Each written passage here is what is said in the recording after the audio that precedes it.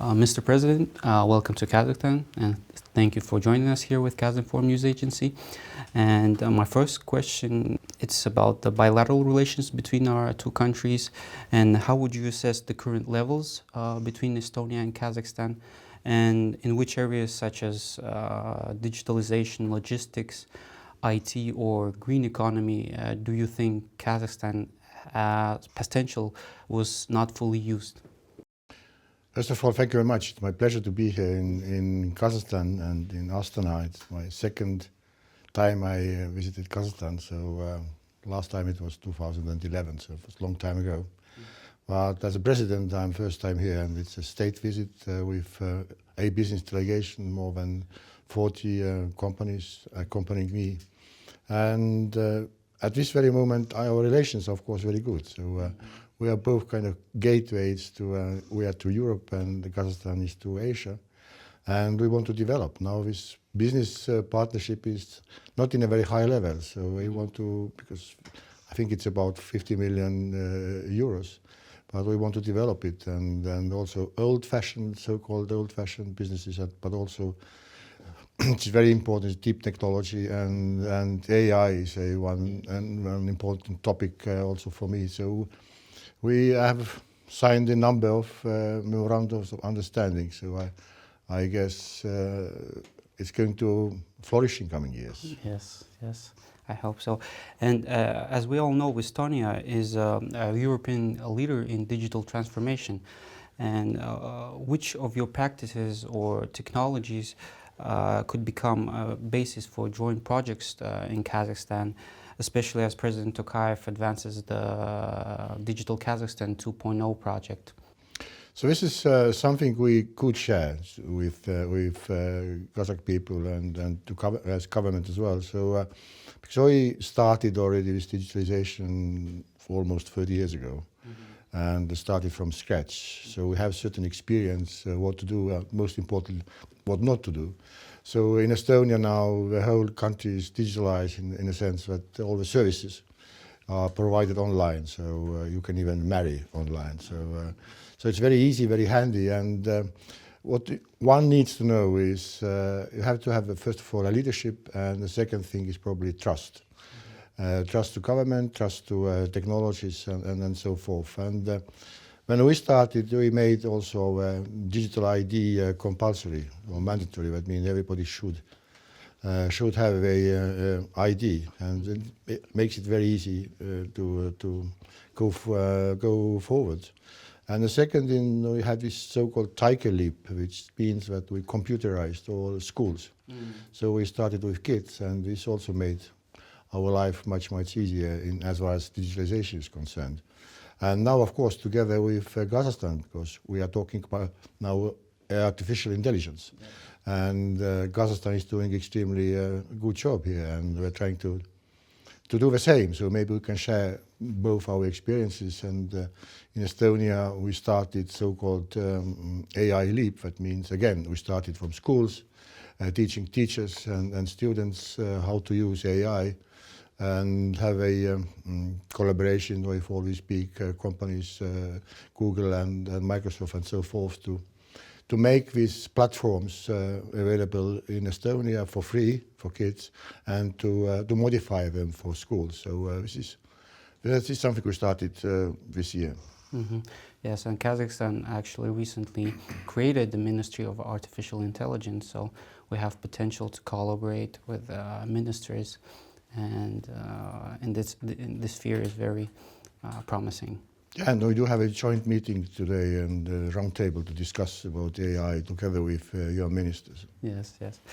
And with global turbulence shifting economic routes right now, how interested is Estonia in Kazakhstan as a transport, logistics and investment hub between Europe and Asia, and what prospects do you see? I have a number of companies accompanying me are this field, I mean logistics and transportation, and they have been around already quite a while, so it's not the first time they came here. So and this is we got very good harbors and ports, And this collaboration with our ports is one main point of this also memorandum of understanding. So because Kazakhstan is landlocked and doesn't have ports, but now we can provide this opportunity to advance all economic affairs. Yes. And on a global scale, Kazakhstan is considered a middle power with a multi-vector foreign policy. And how do you view Kazakhstan's role in strengthening security in Europe and Eurasia at whole? I think in that sense, Kazakhstan is doing quite well. I mean, being in the middle of basically one is China, and next is Russia, and every country has to survive and then find a way out of this modern world, which is not very good at this very moment. There are conflicts and wars in different places, so it is difficult for Kazakhstan. It's also difficult for Estonia. So we are trying also to make sure that in coming years these wars and conflicts are going to be over. And we discussed with your president also about the role of United Nations and how to reform United Nations to make this organization more powerful, because there is no alternative for United Nations to avoid wars and conflicts. Yes. And yesterday you held formal narrow talks with President Tokayev. And how would you describe your conversation with him, and what impressions did you take away from that meeting? We had a very good conversation. I mean, with delegations and also only with President Tokayev. So we discussed almost everything, and his president's last visits and upcoming visits and geopolitical situation in the world and so forth. So it was a very open conversation, and we pretty much are on the same page, and also on bilateral cooperation. Yes. And talking about the Central EU dialogue, Central Asia becoming a strategic partner for the European Union. And in your opinion, what role does Kazakhstan play as a region's largest economic partner for Europe?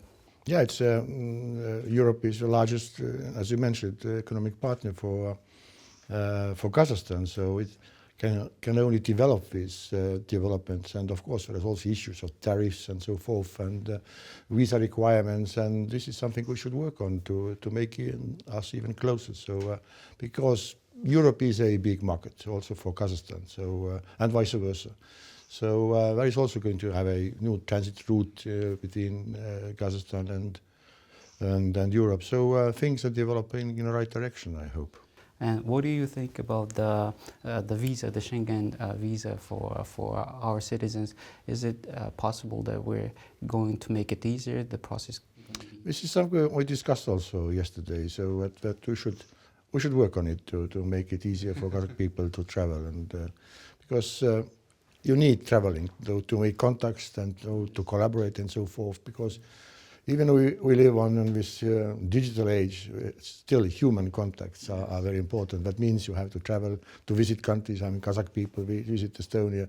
And of course, one thing which we did signed the memorandum of understanding is education, higher education. So this is, there are 6 rectors together with me here, and had a meeting also with Kazakh rectors, and discussing the future opportunities and exchange of students and also scientists and researchers. And would you like to add something that we haven't covered in our conclusion of this interview?